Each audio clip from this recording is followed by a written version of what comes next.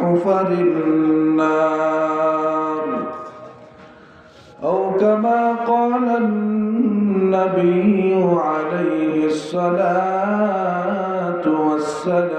والسلام إن الله وملائكته يصلون على النبي يا أيها الذين آمنوا صلوا عليه وسلموا تسليما اللهم صل على محمد وعلى آل محمد كما صليت على إبراهيم وعلى آل إبراهيم إنك حميد مجيد اللهم بارك على محمد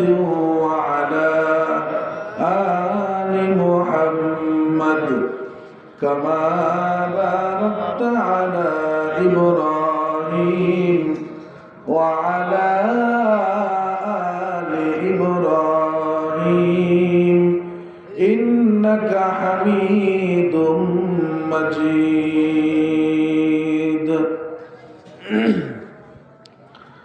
मैं दूर हूँ मजबूर हूँ ऐ सैयद आलम मैं दूर हूँ मजबूर हूँ ऐ सैयद आलम दीदार दिखाते नहीं आवाज सुना दो दीदार दिखाते नहीं आवाज सुना दो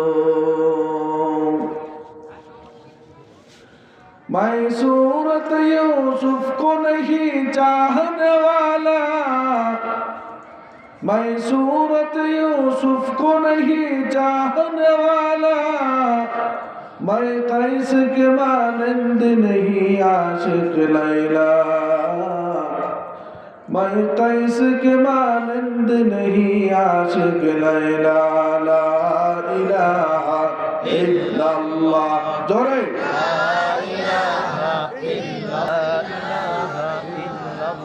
لا إله إلا الله لا إله إلا الله لا إله إلا الله لا إله إلا الله لا إله إلا الله لا إله إلا الله لا إله إلا الله لا إله إلا الله لا إله إلا الله لا إله إلا الله لا إله إلا الله لا إله إلا الله لا إله إلا الله لا إله إلا الله جري لا إله إلا الله لا إله إلا الله لا إله إلا الله لا إله إلا الله لا إله إلا الله لا إله إلا الله محمد رسول الله صلى الله عليه وسلم আপনারা সবাই ভালো আছেন আলহামদুলিল্লাহ আমাদেরকে ভালো রাখেন কি আল্লাহ জোরে বলেন আল্লাহ আমরা যখন অসুস্থ হই সুস্থতা দান করেন কে আমাদেরকে খাবার দেয় কে আমাদের রিজিকের মালিক কে আরো চিৎকার করে বলেন কে আল্লাহর নাম জোরে নিলে লাভ না লস আল্লাহ খুশি হয় না বেজার হয়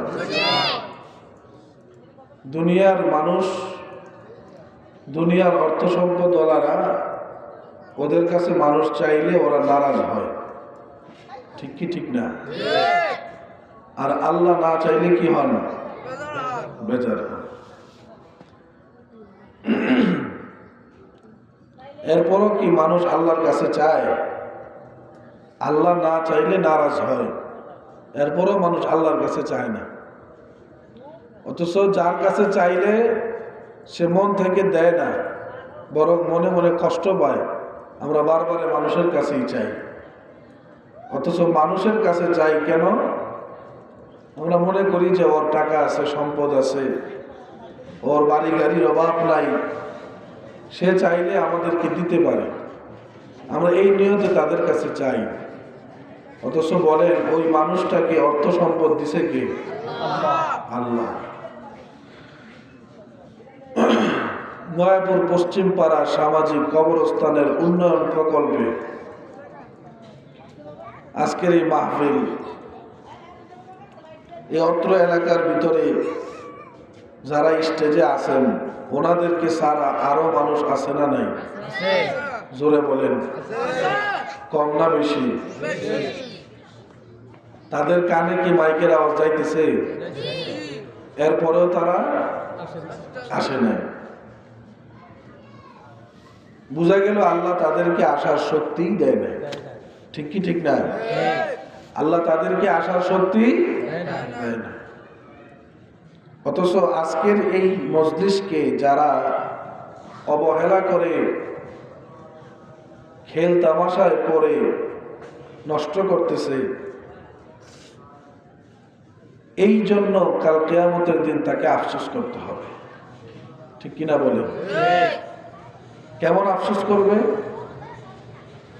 আজকে এই মজলিসে যারা বসছেন, হাদিসে পাকে আসছে এই মজলিসে যারা বসবে, নিয়তকে খালেস করে যারা বসবে, তারা যখন এই মজলিস ত্যাগ করবে তাদের আমল নামায় একটা গুনাহও থাকবে না। সুবহানাল্লাহ, আরো আস্তে কর। তাদের আমল নামায় কোনো কি থাকবে না? গুনাহই থাকবে না। সাবধান। আমরা কি করি, কি করতেছি, প্রত্যেকটা জিনিসের হিসাব আল্লাহ তাআলার কাছে দিতে হবে। যে কবরস্থানের উদ্যোগে মাহফিল, এই কবরস্থানের ভিতরে আমাদের মতো মানুষ শুয়ে আছে, যাদের শরীরে একদিন আমাদের মতো রক্ত ছিল, শরীরে অনেক শক্তি ছিল, যৌবন ছিল, অনেক হাসি তামাশা, খেল তামাশা করছে। কই আজকে তারা আছে? সময়ের পরিবর্তনের সাথে সাথে একদিন আমরাও, কি কথা বলেন না কেন, কি আমরা থাকতে পারবো? এই দুনিয়া কিসের জায়গা না? জোরে বলেন। পৃথিবীতে কেউ স্থায়ী হয় না, হোক না সে ফেরাউন কিংবা নমরুদ, কেউ ভবে চিরকাল রয় না, ঠিক না? কেউ ভবে চিরকাল রয় না, পৃথিবীতে কেউ স্থায়ী হয় না, হোক না সে ফেরাউন কিংবা নমরুদ, কেউ ভবে চিরকাল রয় না। চলে যায় সব ছেড়ে যেতে হয়, মৃত্যু মানে না কোনো পরিচয়, ঠিক কিনা বলেন? চলে যায় সব ছেড়ে যেতে হয়, মৃত্যু মানে না কোনো পরিচয়। সব রাজা মহারাজা আর মহাবীর, সব রাজা মহারাজা আর মহাবীর, কাউকে সে অবকাশ দেয় না, পৃথিবীতে কেউ স্থায়ী হয় না, হোক না সে ফেরাউন কিংবা নমরুদ, কেউ ভবে চিরকাল রয় না, কেউ ভবে চিরদিন রয় না। ঠিক কিনা বলেন? এই দুনিয়া থাকার জায়গা নয়, এই দুনিয়া অস্থায়ী বানায়া পাঠাইছেন কে?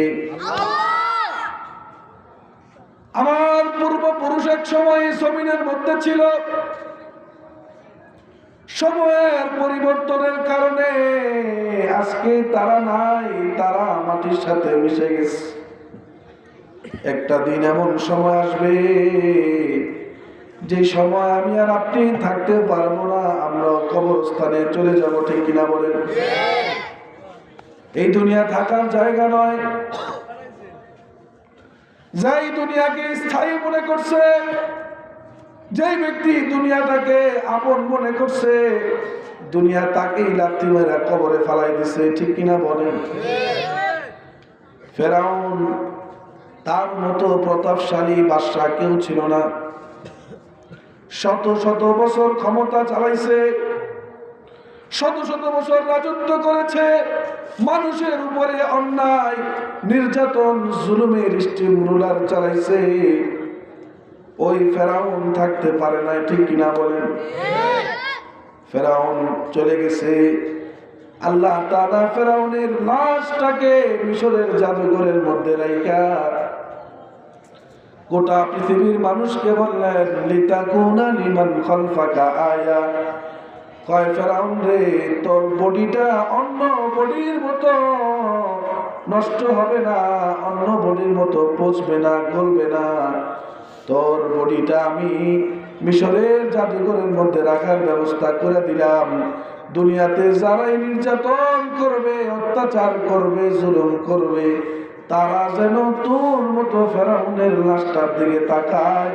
ফেরাউন একদিন শক্তি ভরা ছিল, রাজত্ব ভরা ছিল, কিন্তু ফেরাউন থাকতে পারে নাই।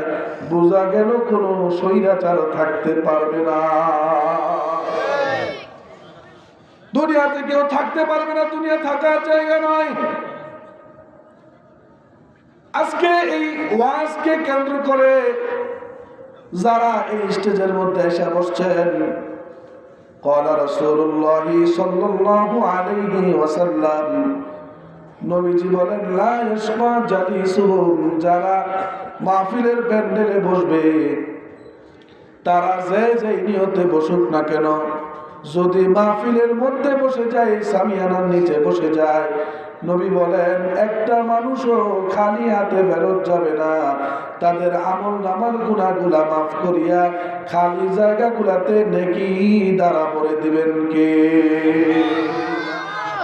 তাহলে আমরা যে বসছি আমাদের লাভ না লস? আরো জোরে কন। অথচ অনেক মানুষ আছে মাইকের আওয়াজ বসতেছে, ঘরের মধ্যে গল্প করতেছে, খুশ গল্পে মেতে আছে, চার দোকানে বসে চা খাইতেছে, গল্প করতেছে। মানুষ আছে বাইরে ঘোরাফেরা করতেছে, অন্যায় অযথা জুলুম নির্যাতন নিপীড়ন মানুষকে করার জন্য ফিকির করতেছে, ফাহিশা গল্প করতেছে, গীবত করতেছে, শিকায়ত করতেছে। অথচ মাসের 30টা দিন এই জায়গায় ওয়াজ হবে না, আগামীকালকে এই মাহফিলটা থাকবে না। আগামীকালকে যদি কেউ এসে এখানে বসে যায়, কেউ তাকে ওয়াজ শোনাবে না। কেউ কথা কন না কেন? আগামীকালকে বসলে সে ওয়াজ শুনতে পারবে না, পরের দিন বসলেও শুনতে পারবে না।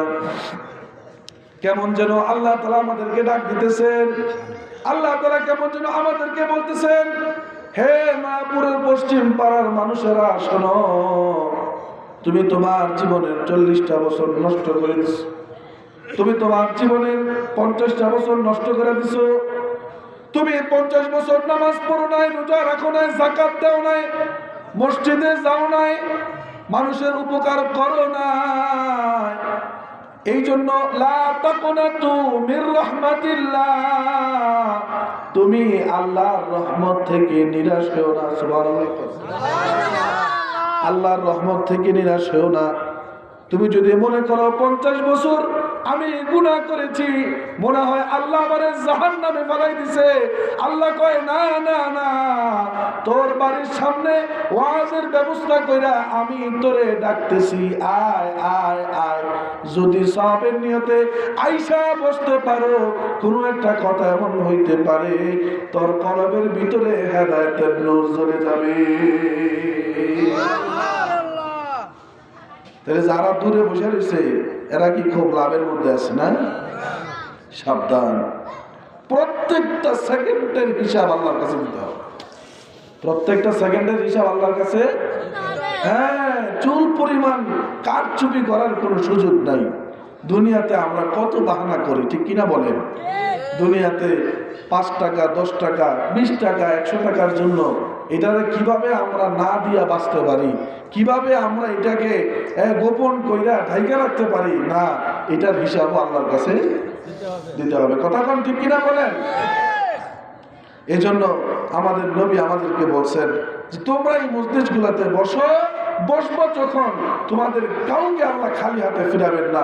যদিও বাহ্যিক দৃষ্টিতে তোমাদের হাতে কোনো তাবারক থাকবে না, কোনো হাদিয়া থাকবে না, কোনো খাবার থাকবে না, কিন্তু যারা বসছো তারা একজনেও নেকি সারা খালি বাড়িতে ফিরবে না। এই জন্য আমি আমার মাইকের আওয়াজ যত দূর যাচ্ছে আমি মেহেরবানি করে বলছি আপনারা বাকি জায়গাটা আইসা পূরণ করেন। আজকের এই মাহফিলটাকে অন্তত হেদায়েতের জরিয়া মনে কইরা বসে যান। কারো একটা কথা যদি আপনার দিলের ভিতরে আসর করে ফেলে, আলহামদুলিল্লাহ, এই কথাটাই আপনার জান্নাতে যাওয়ার জন্য ওসিলা হয়ে যাবে। বর্তমান মাসটা চলতেছে রজব মাস। জোরে কন কি মাস? আরো জোরে কন। রজব মাস। এই মাসের ভিতরে আল্লাহ রাব্বুল আলামিন একটা তারিখ এমন রাখছেন যেই তারিখের মধ্যে আমার আপনার নবীকে আল্লাহ তাআলা ওই 7 আসমান অতিক্রম করায়া আল্লাহর আরশ পর্যন্ত ঘুরায় আনছেন। এই রজব মাসে মেরাজ হয়েছে। মেরাজের ব্যাপারে আমি আপনাদেরকে কিছু বলবো। মেরাজ কি, কেন হয়েছিল, মেরাজের শিক্ষা আমাদের কি। এখন তো মেরাজ রজব মাস আসলে আমরা 27 তারিখ তালাশ করি, হুজুরের কাছে গিয়া জিজ্ঞাসা করে, হুজুর নামাজ কোন রাত্রে? কি কয় নামাজ কোন রাত্রে? তো কোন রাত কি আছে ও নামাজ ছাড়া? কেউ কথা কন। ধৈরা নিলাম মেরাজের রাত্রিতে নামাজ, ধৈরা নিলাম আছে, আছে বলতেছি না, বলছি ধৈরা নিলাম আছে, কিন্তু নামাজটা নফল না ফরজ? নফল। কি নফল? শবে বরাতের রাত্রের যেই নামাজ 2 রাকাত করে পড়েন ওটা ফরজ না নফল? আরো জোরে কন। যেই বান্দাটা মাসকে মাস চলে যায় মসজিদে যায় না, ওই বান্দাটা সবে মেরাজের রাত্রিতে তালাশ করে এই রাত্রের নামাজ পড়ার লাগবে কিনা জিজ্ঞাসা করে। অথচ কোন মানুষ যদি তার সারাটা জীবন একদিনও 2 রাকাত নফল নামাজ না পড়ে আল্লাহর কাছে তার জবাব দেওয়ার দরকার নাই। কিন্তু সে যদি কোনোদিন আপনা থেকে আপনা মনে করেন ফজরের 2 রাকাত ফরজ ছেড়ে দিছে, চিৎকার করে বলেন ওইটার জবাব আল্লাহর কাছে দিতে হবে কি হবে না? যেই মানুষগুলা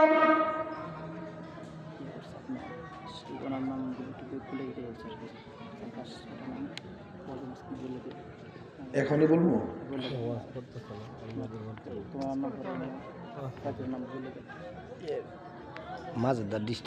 আমাদের মাহফিলের আজকে সভাপতি জনাব মোহাম্মদ হাজী সেলিম সরকার, বিশেষ অতিথি জনাব মোহাম্মদ কাউসার, জনাব মোহাম্মদ মাসুম শিকদার, জনাব মোহাম্মদ আরিফুল ইসলাম সহ আর অনেকেই আগমন করেছেন। আমরা বলি আলহামদুলিল্লাহ। যারা আগমন করছেন আল্লাহ তাআলা ওনাদেরকে ইসলামের জন্য কবুল আর মঞ্জুর করেন, দ্বীনের জন্য কবুল ও মঞ্জুর করেন। আল্লাহ আমার এই ভাইদেরকে তাদের পরিবার সহ আল্লাহ তাদেরকে জান্নাতের জন্য কবুল ও মঞ্জুর করেন। যে কথা বলতেছিলাম, মানুষ ফরজ নামাজ ছুটে যায়, ওটার কোনো কি নাই, কষ্ট আফসোস ভিতরে নাই, অথচ আফসোস করে শবে বরাতের রাত্র কবে, হ্যাঁ মেরাজের রাত্রি কবে, এগুলা তালাশ করে। মাসআলা হইল, আজকে শুনে রাখেন, মেরাজ যেটা নবীদেরকে আল্লাহ তাআলা করাইছেন, অত্যন্ত গুরুত্বপূর্ণ একটা বিষয়। এটা অন্য কোনো নবীর ক্ষেত্রে ছিল না, একমাত্র আমার নবীর ক্ষেত্রে ছিল। এই মেরাজকে কেন্দ্র করে কোনো নামাজ শরীয়তে নাই। কথা বুঝতেছেন? এখন বলবেন হুজুর তাইলে আমরা এত এত বছর পড়তেছি। ভাই আপনি এখনো পড়েন, কিন্তু মেরাজের নামাজের নিয়ত করে পড়েন না। কারণ মেরাজ যেই বছর হয়েছে এর পরেও নবীজি আরো 11 বছর জীবিত ছিলেন। কয় বছর? এই কথা কন নাকি কয় বছর? কোন হাদিসের কোথাও নাই যে নবীজি মেরাজকে কেন্দ্র করে ওই রাতে নামাজের আয়োজন করছেন, এমন নাই। কিন্তু ওই যে মেরাজ যে হয়েছে এটা অনেক গুরুত্বপূর্ণ বিষয়, অনেক ফজিলতপূর্ণ বিষয়। এই রাত্রেই আল্লাহ রাব্বুল আলামিন মেরাজের মাধ্যমে আমার আপনার নবীকে ওই যে আমাদের মহান ইবাদত নামাজ এটা দান করছেন। বলেন সুবহানাল্লাহ। পৃথিবীর মাঝে আল্লাহ রাব্বুল আলামিন গোটা পৃথিবীর নিজাম ঠিক রাখার জন্য আল্লাহ তাআলা যুগে যুগে নবী রাসূলদেরকে প্রেরণ করছেন।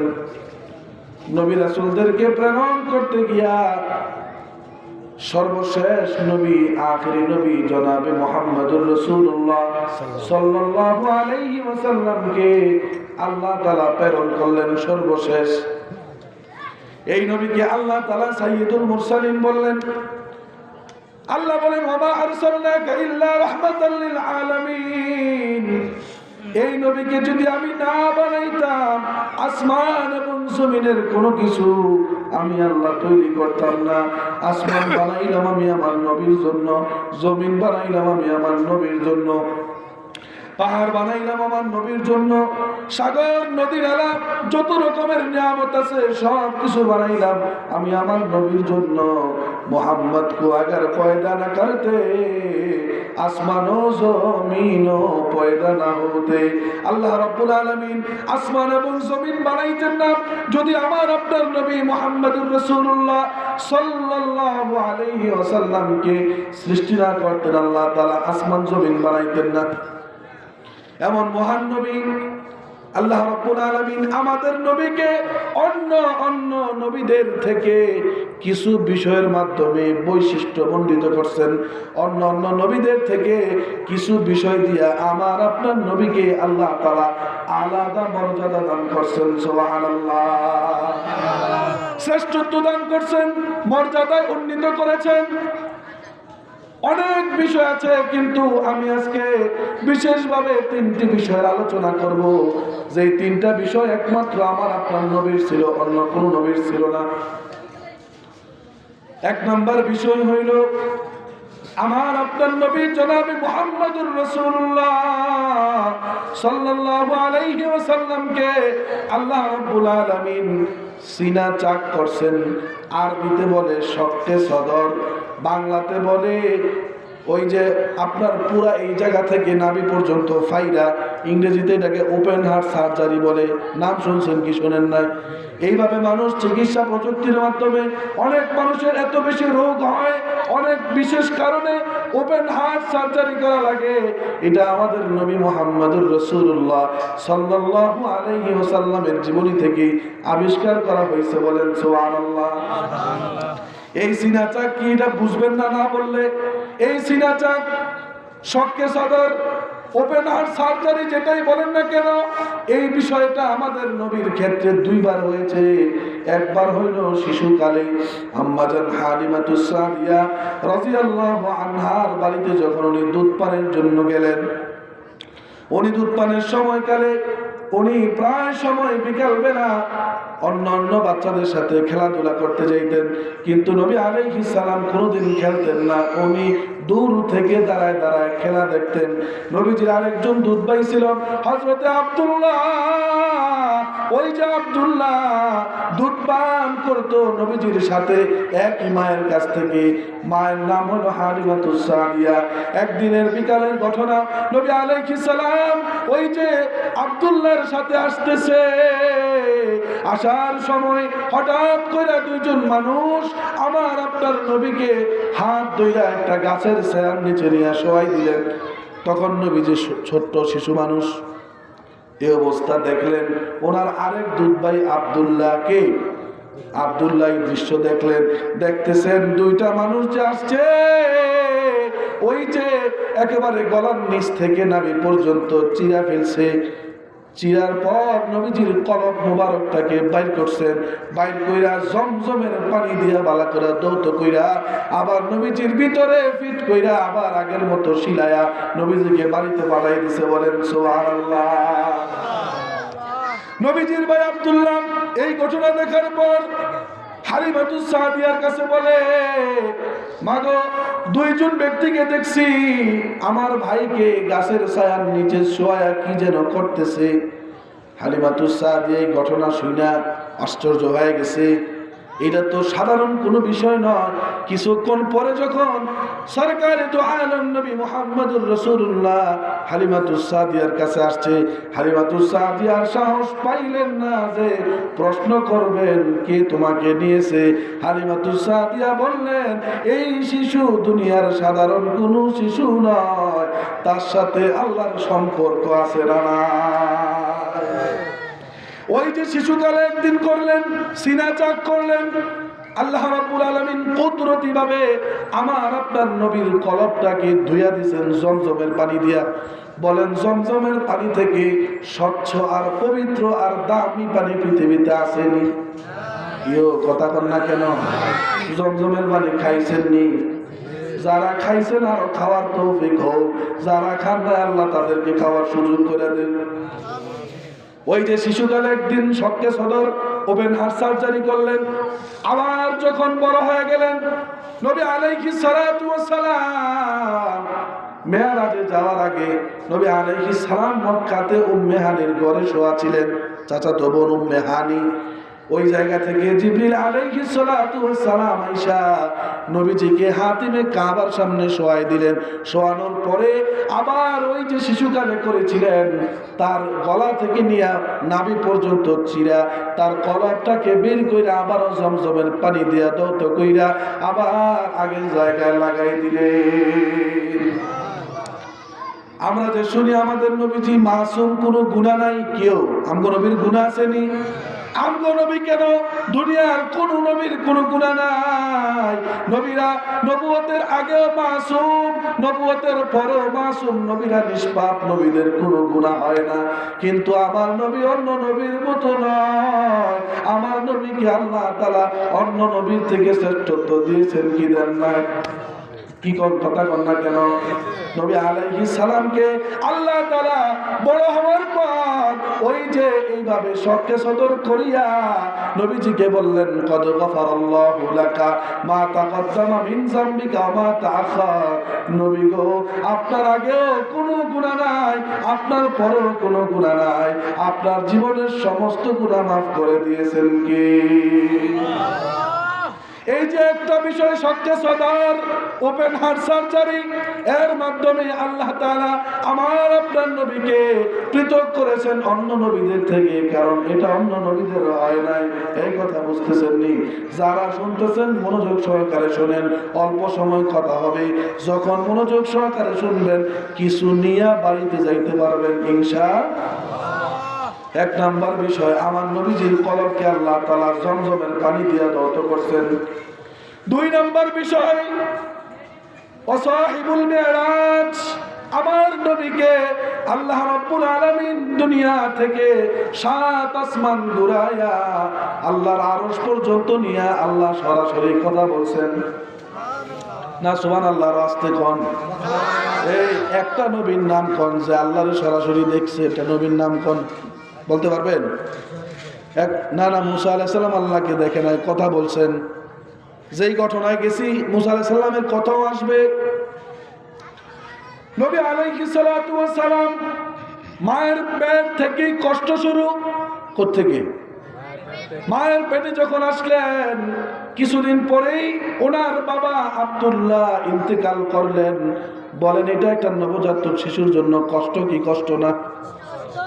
মনে করেন সন্তান যখন জন্ম হবে মানুষ কি বলবে? হায় রে, বাবা থাকলে কত খুশি হইতো, ঠিক কিনা বলেন? এই যে আমার নবীর কষ্ট শুরু হয়ে গেল। নবী যখন দুনিয়াতে আসলেন কিছুদিন পরে নবীজির মা হযরতে আমেনা ইন্তেকাল করলেন। কষ্ট আছে না নাই? কিছুদিন পরে আরো যখন একটু বড় হইলেন, দাদা আব্দুল মুত্তালিবও চলে গেছে। এবার বলেন কষ্ট আছে না নাই? এইভাবে কষ্ট বাড়তেছে। কষ্ট, নবীজিও বড় হয়, নবীজির কষ্ট বড় হয়, নবীজিও বড় হয়, নবীজির কষ্ট বাড়তেছে। এভাবে বাড়তে বাড়তে এক পর্যায়ে নবীজির উপর যখন নবুয়ত এসে গেল, নবী আলাইহিস সালাতু ওয়াস সালাম ওই যে খাদিজার সাথে জাহিলি যুগে বিবাহ হয়েছিল, খাদিজা, সাইয়্যিদাতুনা খাদিজা, নাম শুনছেন কি শোনেন নাই? আম্মাজান খাদিজা রাদিয়াল্লাহু আনহা, ওনার সাথে নবীজির বিবাহ হওয়ার পর খাদিজা রাদিয়াল্লাহু তাআলা আনহা উনি টাকার সম্পদের ছিলেন, অনেক সম্পদের মালিক ছিলেন, অনেক বড় বিজনেসম্যান ছিলেন, জাহিলি যুগের মানুষ, অনেক বেশি টাকাওয়ালা ছিল। খাদিজার সাথে বিবাহ হওয়ার পর খাদিজা মনে করলেন এই মুহাম্মদ কোনো সাধারণ মানুষ নয়, সে কোনো সাধারণ ব্যক্তি নয়, তার সাথে একজনের সম্পর্ক আছে, চিৎকার করে বলতে হবে তিনি কে। খাদিজা নবীজিকে বিশ্বাস কইরা খাদিজার যত সম্পদ আছে নবীজির কদমের সামনে না বললেন, মুহাম্মদ এই যে আপনার কাছে আমার সম্পদ বিসর্জন দিয়ে দিলাম, এবার আপনার যেখানে মনে চায় সেখানে আপনি আমার সম্পদকে কাজে লাগান, আমি খাদিজার বিন্দু পরিমাণ কোনো অভিযোগ নাই। এই যে আমার নবীজির কষ্ট আস্তে আস্তে লাঘব হইতেছে, সহজ হইতেছে, আল্লাহ তাআলা খাদিজা রাদিয়াল্লাহু আনহার মাধ্যমে আমার নবীজিকে শক্তি দান করতেছেন। এইভাবে যখন চলতেছে খাদিজা রাদিয়াল্লাহু আনহা, আম্মাজান খাদিজাতুল কুবরা, ওনার ইন্তেকালের সময় হয়ে গেল। ওনার ইন্তেকালের সময় হওয়ার পর উনি যখন মারা গেলেন, মারা যাওয়ার পর নবী আলাইহিস সালাম ওনাকে ওই যে যারা হজ করতে গিয়েছেন ওই যে জাবালে হাজুরের সামনে, হাতিমে কাবা থেকে একটু দূরে জাবালে হাজুরের সামনে নবী আলাইহিস সালাম আম্মাজান খাদিজাকে নিজের হাতে দাফন করেছে। নবী আলাইহিস সালাম যখন দাফন করলেন, একে একে সাহাবীরা সবাই চলে আসতেছে। নবী আলাইহিস সালাম বাচ্চা মানুষের মতো কবরের পাশে দাঁড়ায়া চোখের পানি পড়তেছে। আবু বকর সিদ্দিক রাদিয়াল্লাহু তাআলা আনহু বলেন, নবী গো সবাই তো বাড়িতে চলে গেছে, আপনিও আসেন। নবীজি আসে না, নবীজি কান্দে, নবীজির চোখে পানি। নবীজি বলে, আবু বকর তোমার যদি যাইতে মনে চায় তুমি চইলা যাও, আমি খাদিজাকে এতিম কইরা রাইখা আমি বাড়িতে যাব না। নবী আলাইহিস সালাম আবু বকরকে বললেন, আবু বকর শোনো, মাত্র খাদিজাকে কবরে রাখলাম, কিছুক্ষণ পরে ওই যে মুনকার নাকির আসবে, সওয়ালের জবাব খাদিজাকে আমি দিতে দিব না। মুনকার নাকির যে প্রশ্ন করবে খাদিজার পক্ষ হয়ে আমি নবী রাহমাতুল লিল আলামিন দিয়ে দিব। তাইলে খাদিজাকে নবীজি কি পরিমাণ মহব্বত করতেন। এই খাদিজা নবীজির এত প্রিয় ছিল। খাদিজার ইন্তেকালের পরে যখন নবীজির কয়েকজন স্ত্রী হয়ে গেল, একদিন নবী আলাইহিস সালাম খাদিজা রাদিয়াল্লাহু আনহার ব্যাপারে অনেক বেশি প্রশংসা করেন। বিশেষ করে দেখবেন মহিলাদের সামনে যখন আপনি অপর মহিলার প্রশংসা করবেন, দেখবেন আপনার বাড়িও বেজার হয়ে গেছে, ঠিক কিনা বলেন? এটা তাদের আত্মমর্যাদায় লাগে। আম্মাজান আয়েশাও মানুষ, উনিও তো একজন মহিলা ছিলেন। খাদিজা রাদিয়াল্লাহু আনহার কথা যখন কয়, আম্মাজান আয়েশা রাদিয়াল্লাহু আনহার চেহারা লাল হয়ে যায়। আম্মাজান আয়েশা বলেন, ওই যে জাহিলি যুগে একটা বৃদ্ধ মহিলাকে বিবাহ করছেন, এরপরে আমরা কত নওজোয়ান মেয়েরা আপনার ঘরে স্ত্রী হয়ে আসলাম, এখনো আপনি কেন ওই বুড়া মহিলার কথা বলেন?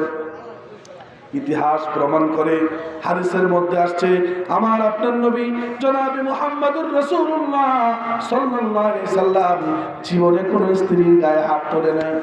কেউ কথা কন না কেন? যারা বউ করে খালি ফিডার দিনে রাইতে আজাইরা কামে মাই দেন না, বউ মারা ঠিক না, বউ মারা কিনা ঠিক না। হাদিসের মধ্যে আসছে নবীজি কখনো ওনাদের স্ত্রীর গায়ের মধ্যে হাত তোলেন নাই। কিন্তু যেই দিন আম্মাজান আয়েশা বলেছে যে বৃদ্ধ মহিলাকে আপনি বিবাহ করছেন মারা গেছে কবে, এখনো কেন আপনি মহিলাকে স্মরণ রাখছেন, এই কথা বলার পর নবীজি আম্মাজান আয়েশার চোয়ালের মধ্যে চাপ দিয়ে ধরলেন।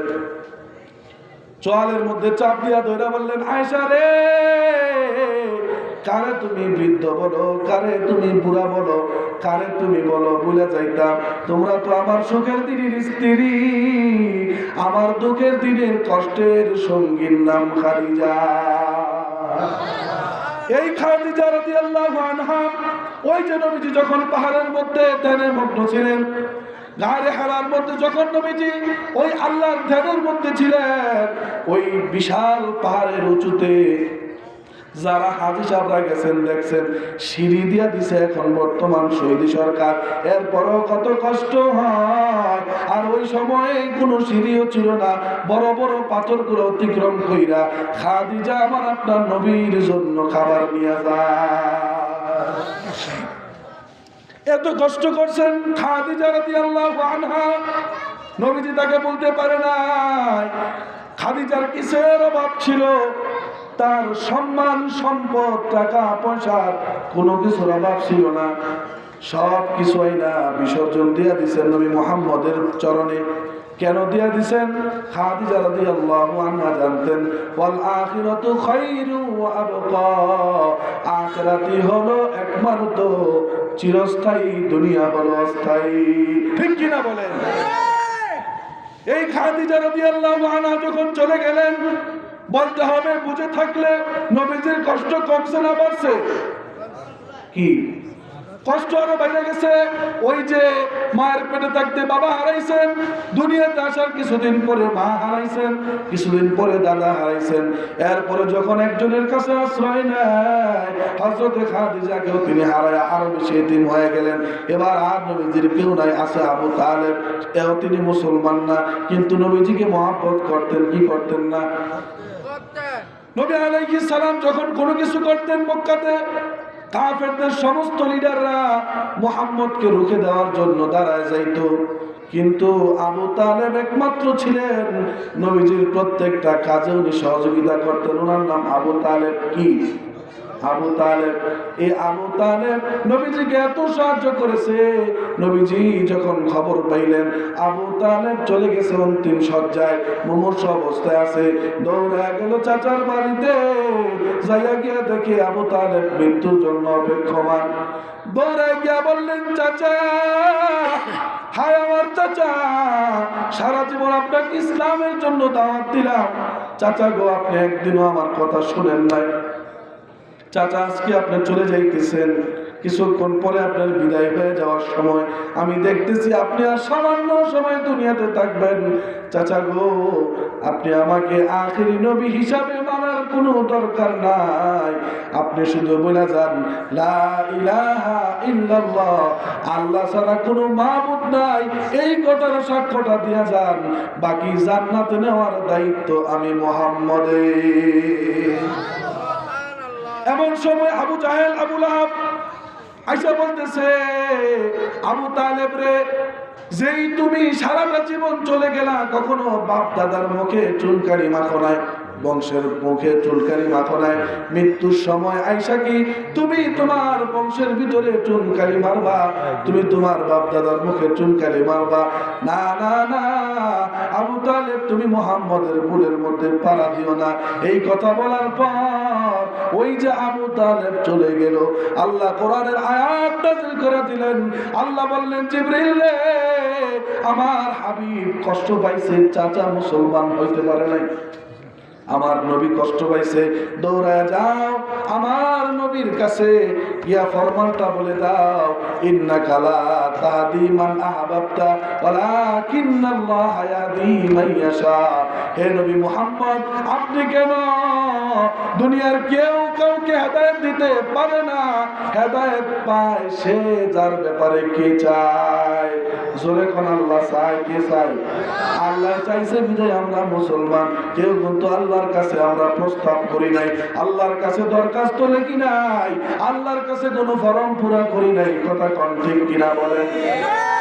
আল্লাহর কাছে কোনো আমরা অভিযোগ করি নাই আল্লাহ আমাদেরকে আপনি মুসলমান বানান, না না না, আমরা কেউ বলি নাই আল্লাহ আমাদেরকে বিনা নোটিশে বিনা দরখাস্তে মুসলমান বানাইছেন। চিৎকার করে এখন খুশি না বেজার? আবু তালেব চলে গেল, এবার মক্কার মধ্যে নবীজিকে সাহায্য করার মতো আর কেউ বাকি নাই। আমার নবী কষ্ট নিয়া ওই যে তায়েফের ময়দানে গেলেন, তায়েফের ময়দানে গেলেন ইসলামের দাওয়াত দেওয়ার জন্য। আমার নবী যখন তায়েফের মধ্যে গেলেন, ওই যে গিয়া ইসলামের দাওয়াত দেওয়া আরম্ভ করলেন, ওই সময় তায়েফের ময়দানে বড় বড় লিডারেরা বলে, ওই যে মক্কা থেকে একটা পাগল আসছে, ওই পাগলকে তোমরা কেউ গ্রহণ করো না, তাকে তাড়ায় দাও। তারা যদি তারাই দিত ভালো ছিল। আমার নবী যখন আসতেছে, মক্কার লিডারেরা, তায়েফের বড় বড় লিডারেরা কিছু দুষ্ট চরিত্রের কোলাবান আমার নবীর পিছে লাগাই দিছে। নবীর পিছে লাগাইয়া বলতেছে তারে বড় বড় পাথর দিয়া নিক্ষেপ করে শেষ করে দাও। বলেন নাউজুবিল্লাহ। নবীজির গায়ে মুসামাসি বলা পর্যন্ত হারাম। সেই নবীর চেহারার ভিতরে বড় বড় পাথর দিয়ে নিক্ষেপ করতেছে, পুরা পিঠের ভিতরে এমন ভাবে পাথর দিয়ে নিক্ষেপ করছে, পুরা পিঠটা ঝাঁঝরা করে ফেলছে। এক পর্যায়ে আমার নবীর রক্তের মাধ্যমে, নবীর রক্তে রঞ্জিত হওয়ার পর নবীজির জুতার সাথে পা মিলে গেল। ঘটনা তো আপনারা সবাই জানেন। নবী আলাইহিস সালাম পাহাড়ের পাশে অবস্থান করলেন একটু ক্লান্তি দূর করার জন্য। এমন সময় জিবরিল আলাইহিস সালাম আয়েশা বলে, নবী গো, আপনি যদি চান দুই পাহাড়ের মাঝখানে তায়েফবাসী, দুই পাহাড়কে চাপা দিয়া আল্লাহ তাআলা তায়েফবাসীকে ধ্বংস করে দিবেন। আমার নবী বলেন, আমি তো রহমতের নবী, আমি তো কাউকে ধ্বংস করতে আসি নাই, আমি তো কাউকে দুনিয়া থেকে সরানোর জন্য আসি নাই। ফাইন্নাহুম কওমি লা ইয়ালামুন। নবীজি বলেন, এরা আমারই লোক, এরা আমারই সম্প্রদায়, আজকে বুঝে নাই একদিন বুঝবে। সুবহানাল্লাহ। আমরা হইলে বলতাম শেষ করে দাও, যারা আমার উপর পাথর নিক্ষেপ করে তাদেরকে দুনিয়াতে দেখতে চাই না। কি করে আমরা হইলে তো এগুলাই চাইতাম, ঠিক কিনা বলেন? কিন্তু আমার নবী এত অত্যাচার সহ্য করার পর নবীজি বললেন, না না, তাদের মধ্যে এমন মানুষ আসবে যারা আমাকে বুঝবে। বলেন সুবহানাল্লাহ। সেই তায়েফের দিকে আজকে তাকান। এই তায়েফ ইসলামের সোনালী যুগ। আমার নবীর কষ্ট বিফলে যায় না, আমার নবীর দোয়া আল্লাহ কবুল করছেন। বর্তমানে তায়েফের মুসলমানরা, তায়েফের ইমানদাররা যত মজবুত ইমানদার, গোটা বিশ্বের মাঝে তাদের মতো মজবুত ইমানদার না। নবীর দোয়া, নবীর কষ্ট আল্লাহ কবুল করে নিচ্ছে। আর আমরা নবীর জায়গায় হইলে বদদোয়া দিয়ে সব ধ্বংস করে দিতাম। কথা কোন ঠিক কিনা বলেন?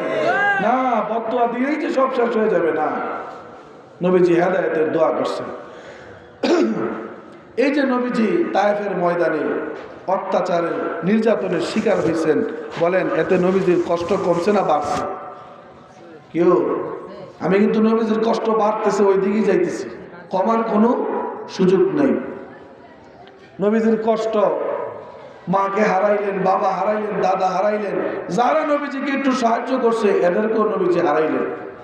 এরপরে তায়েফে গেলেন, তায়েফে যাওয়ার পরে নবীজি আরো নির্যাতনের শিকার হইলেন। এবার নবী মক্কায় আসার পর নবীজি এবার মন খারাপ হয়ে গেছে, নবীজির অন্তর ভাঙা। আল্লাহ রাব্বুল আলামিন বলে, জিবরিল, আমার নবী 7 আসমানের নিচে জমিনের উপরে এত কষ্ট করে আমি আল্লাহ আরশে বৈশা সহ্য করতে পারি না। সুবহানাল্লাহ। আস্তে কোন, আমি আল্লাহ সহ্য করতে পারি না। জিবরিল, আমার নবীজিকে এমন পুরস্কারের ব্যবস্থা করো যেই পুরস্কার তুমি নিজে দিবা না, বরং আমি নিজেই দিব। সুবহানাল্লাহ। কি পুরস্কার দেবেন আল্লাহ? জিবরিল প্রশ্ন করলেন, আয় আল্লাহ, নবীজির কাছে এই পর্যন্ত যত কিছু নিয়ে গেছে আমার মাধ্যমে তো আপনি দিয়া পাঠাইলেন, এবার আপনি নবীজির কাছে কি পুরস্কার পাঠাইবেন বুঝি না কিছু, ভালো করে কোন। আল্লাহ বলেন, জিবরিল, এমন কিছুর ব্যবস্থা করো যেটা অন্য কোন নবীর ক্ষেত্রে নাই, শুধু আমার নবীর ক্ষেত্রেই আছে। সুবহানাল্লাহ। কিসের ব্যবস্থা করো?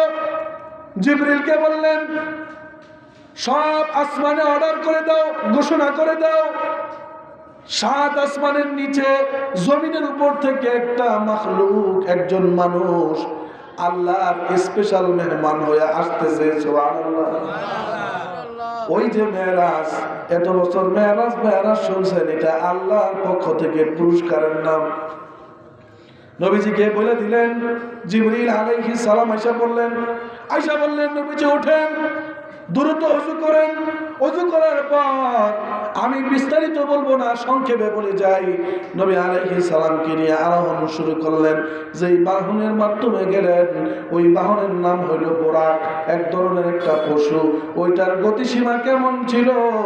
হাদিসের মধ্যে আসছে, ওই বোরাকের নজর যেই পর্যন্ত যায়, ওই এক একটা পায়ের পর গিয়ে ওই পর্যন্ত পড়ে। অর্থাৎ আল্লাহ তাআলা মেরাজের জন্য কত কিছুই না ঘটাইলেন। আল্লাহ তাআলা সময়ের স্পিরিটকে বন্ধ করে দিলেন। সুবহানাল্লাহ। কেন? নবীজি বলেন, আমি যেই পানি দিয়া ওযু করে মেরাজে গেলাম, মেরাজ থেকে আসার পর আমি দেখি ওযুর পানি টপ টপ করে পড়তেছে। শুধু তাই না, ও বেহানির ঘর থেকে বের হওয়ার সময় আমি যেই শিকলটা লাগাই গিয়েছিলাম, আমি আয়সা দেখি ওই শিকলটা এখনো নড়াচড়া করতেছে। সুবহানাল্লাহ। আমরা একটা শিকল ধরে নাড়াচাড়া দিলে কতক্ষণ আর থাকে?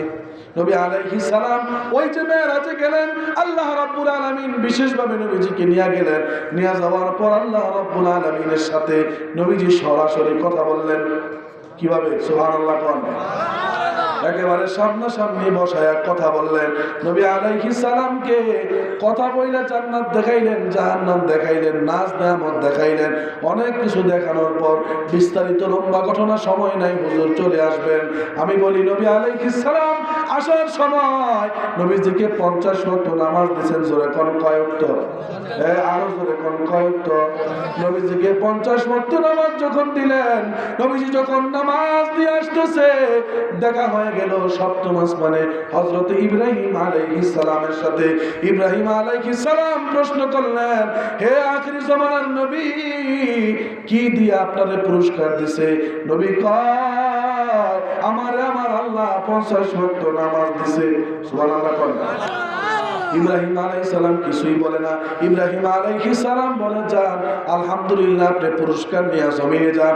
এবার যখন ষষ্ঠ আসমানে আসলেন, ষষ্ঠ আসমানে আসার পর দেখা হলো মুসা কালিমুল্লাহর সাথে। ওই মুসা তো সেই মুসা, যে মুসা আলাইহিস সালাম তুর পাহাড়ে থাইকা আল্লাহর সাথে সরাসরি কথা বলছেন। সরাসরি কথা বলা নবী, জলিলুল কদর নবী। বলেন, নবী মুসা বলেন, কি পয়গম্বর, আপনি তো আখিরি জামানার নবী, আল্লাহর সাথে আপনি সরাসরি সাক্ষাৎ করলেন, কি দিল আপনাকে? 50 ওয়াক্ত নামাজ। কয় ওয়াক্ত?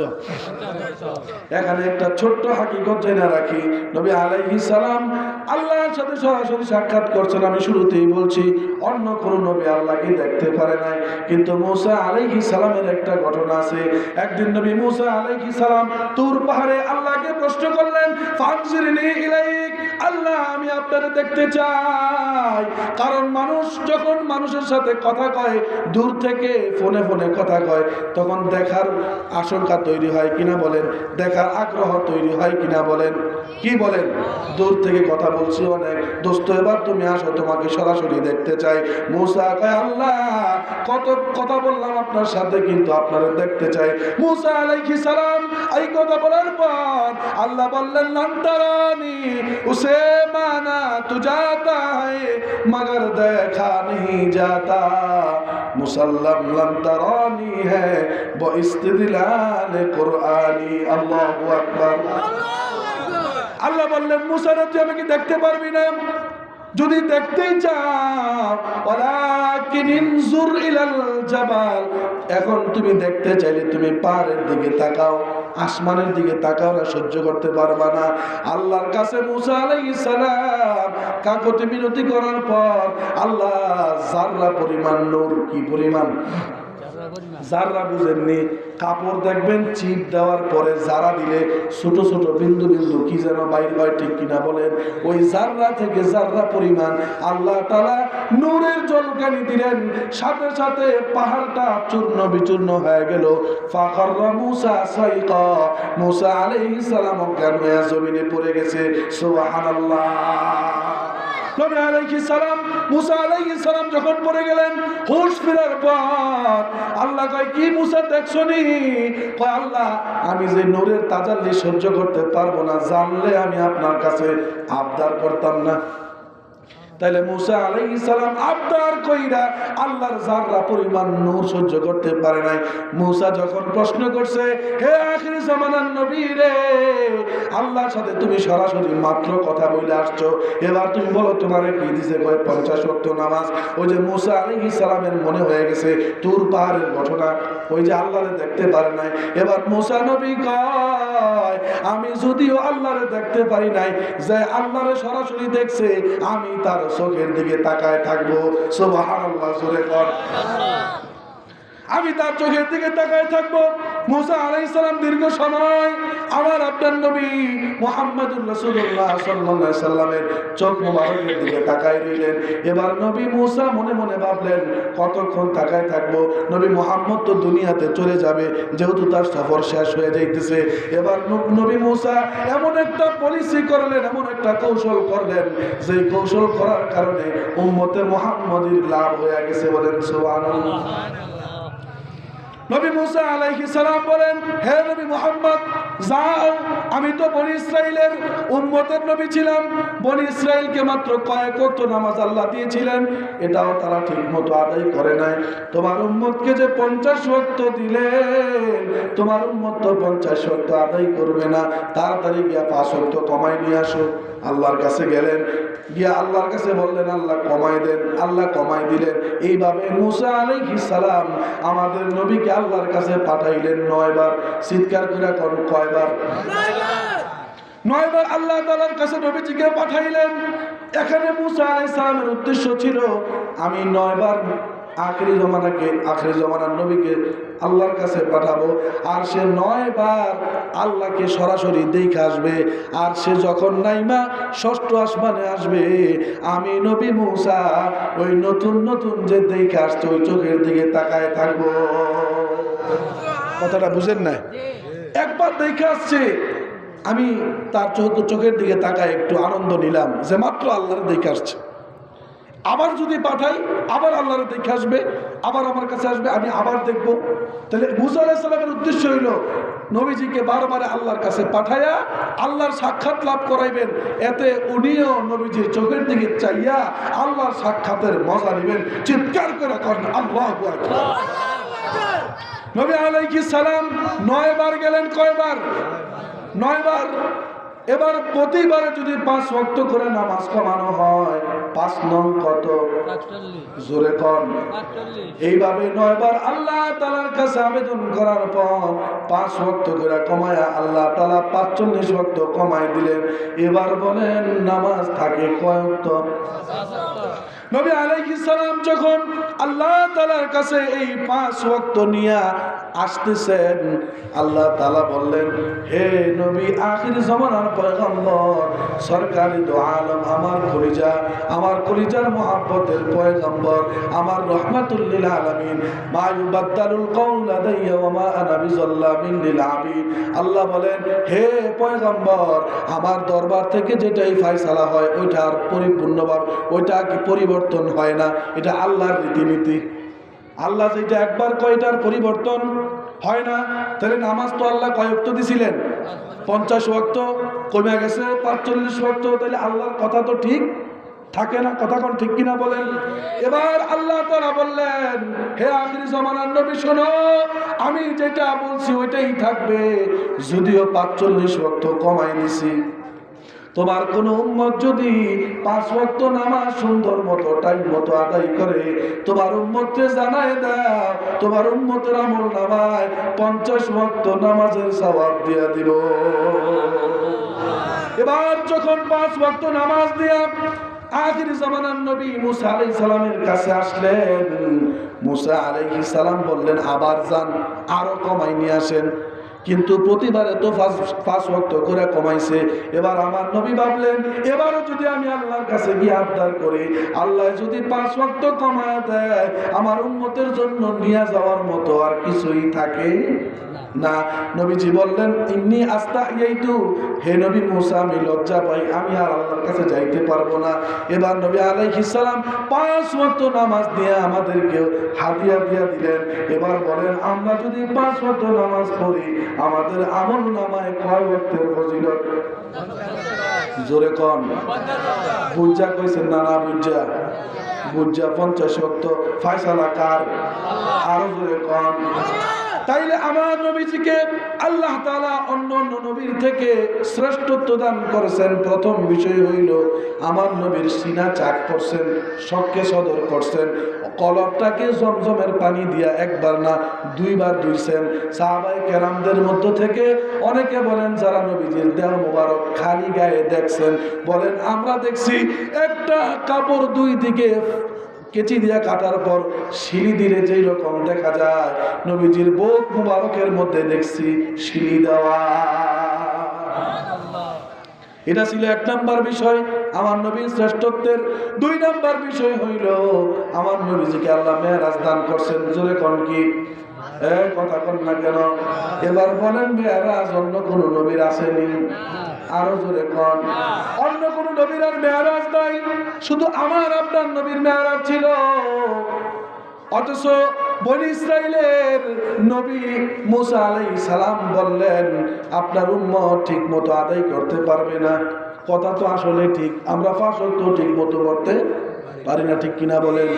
মূলত বিষয়টা হয়ে গেছে, বনি ইসরাইলের লোকদের একটা স্বভাব ছিল, আমল ছিল কম, প্রশ্ন ছিল বেশি। কি? আমল ছিল কম, খালি উল্টা পাল্টা আজাইরা খালি প্রশ্ন করতে হয়। এইটাকে এইটাকে এটা এমন হইলো কি, এটা এমন হইলো না কেন? কথা বুঝছেন নি আপনারা? নানান রকমের খালি প্রশ্ন করতো। তো প্রশ্ন কম, আমল আমল কম, প্রশ্ন বেশি, এমন মার্কা কিছু মুসলমান আমাদের দেশে আছে না নাই? কি কথা বলেন না কেন? আল্লাহ আমাদেরকে হেফাজত করেন। 3 নাম্বার বিষয়, সাহিবুস শাফাআহ। বলেন, শাফাআতের মালিক কিসের মালিক? হুজুর এসে গেছেন, আমি এই কথাটা বলি আমার আলোচনা শেষ করব।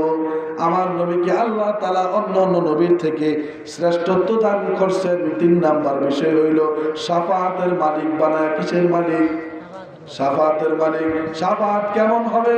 শাফাআতে কুবরা হবে। কেমন শাফাআত?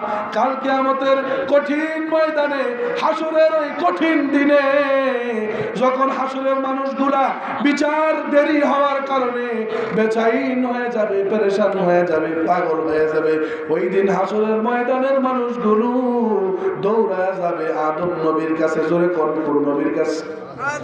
আদম নবীর কাছে যাওয়ার পর গিয়া শুনলো, ইয়াকুলু আদমু সাফিউল্লাহ নাফসি নাফসি। গিয়া দেখে আদম নবী বলে, আয় ইয়া নাফসি ইয়া নাফসি, আমার কি হবে?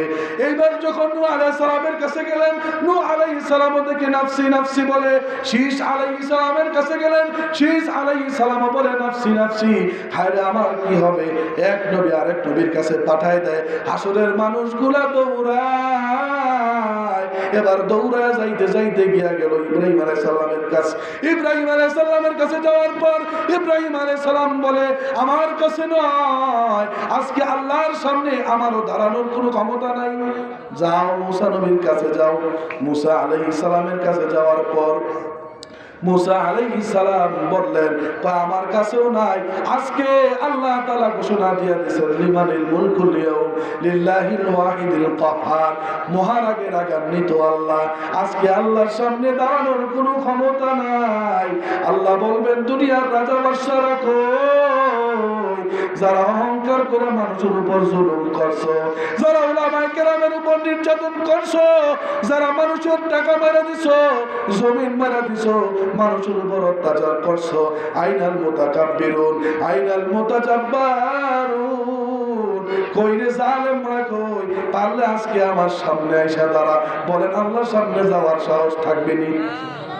মুসা আলাইহিস সালাম বলছে না না আমার কাছেও না, ঈসার কাছে যাও। ঈসা আলাইহিস সালাম বলে আরে এত তো নবীর কাছে দৌড়ানোর কোনো প্রয়োজন নাই, যেখানে যাইলে কাজ হবে ওই নবীর কাছে যাও। কিয়ামতের মানুষগুলা বলবে তাহলে কোন নবীর কাছে যাব? যার কাছে যাই সেই তো আমাদেরকে খালি হাতে ফিরায় দেয়। এবার ঈসা আলাইহিস সালাম বললেন গিয়ে দেখো মাকামে মাহমুদের মধ্যে সিজদা দিয়া চোখের পানি ফেলতেছে আর কেউ না, আখির জামানার নবী মুহাম্মদুর রাসূলুল্লাহ সাল্লাল্লাহু আলাইহি ওয়াসাল্লাম। নবী আলাইহিস সালামের কাছে যাওয়ার পর গিয়া দেখবে নবীজি চোখের পানি ছেড়ে সিজদার মধ্যে কান্না করতেছে। সব নবীর মুখে মুখে শুনছে নাফসি নাফসি নাফসি। গিয়া দেখে নবী মুহাম্মদের মুখে উম্মতি উম্মতি সুবহানাল্লাহ। নবী আলাইহিস সালামের কাছে হাসরের ময়দানের মানুষগুলা গিয়া বলবে আপনি স্যার আজকে আমাদেরকে আল্লাহর কাছ থেকে রক্ষা করার কেউ নাই। আল্লাহর নবী মুহাম্মদুর রাসূলুল্লাহ দৌড়াইয়া আল্লাহর আরশের সামনে গিয়া সিজদায় পড়ে যাবে। আল্লাহু আকবার। সিজদায় পড়ে চোখের পানি ছেড়ে দিবে আর কান্না করতে থাকবে। আল্লাহ রাব্বুল আলামিন মহারাগে রাগান্বিত, আল্লাহর রাগ সেকেন্ডের ভিতরে পানি হয়ে যাবে। আল্লাহ বলবেন ওমা আরসালনাকা ইল্লা রাহমাতাল লিল আলামিন।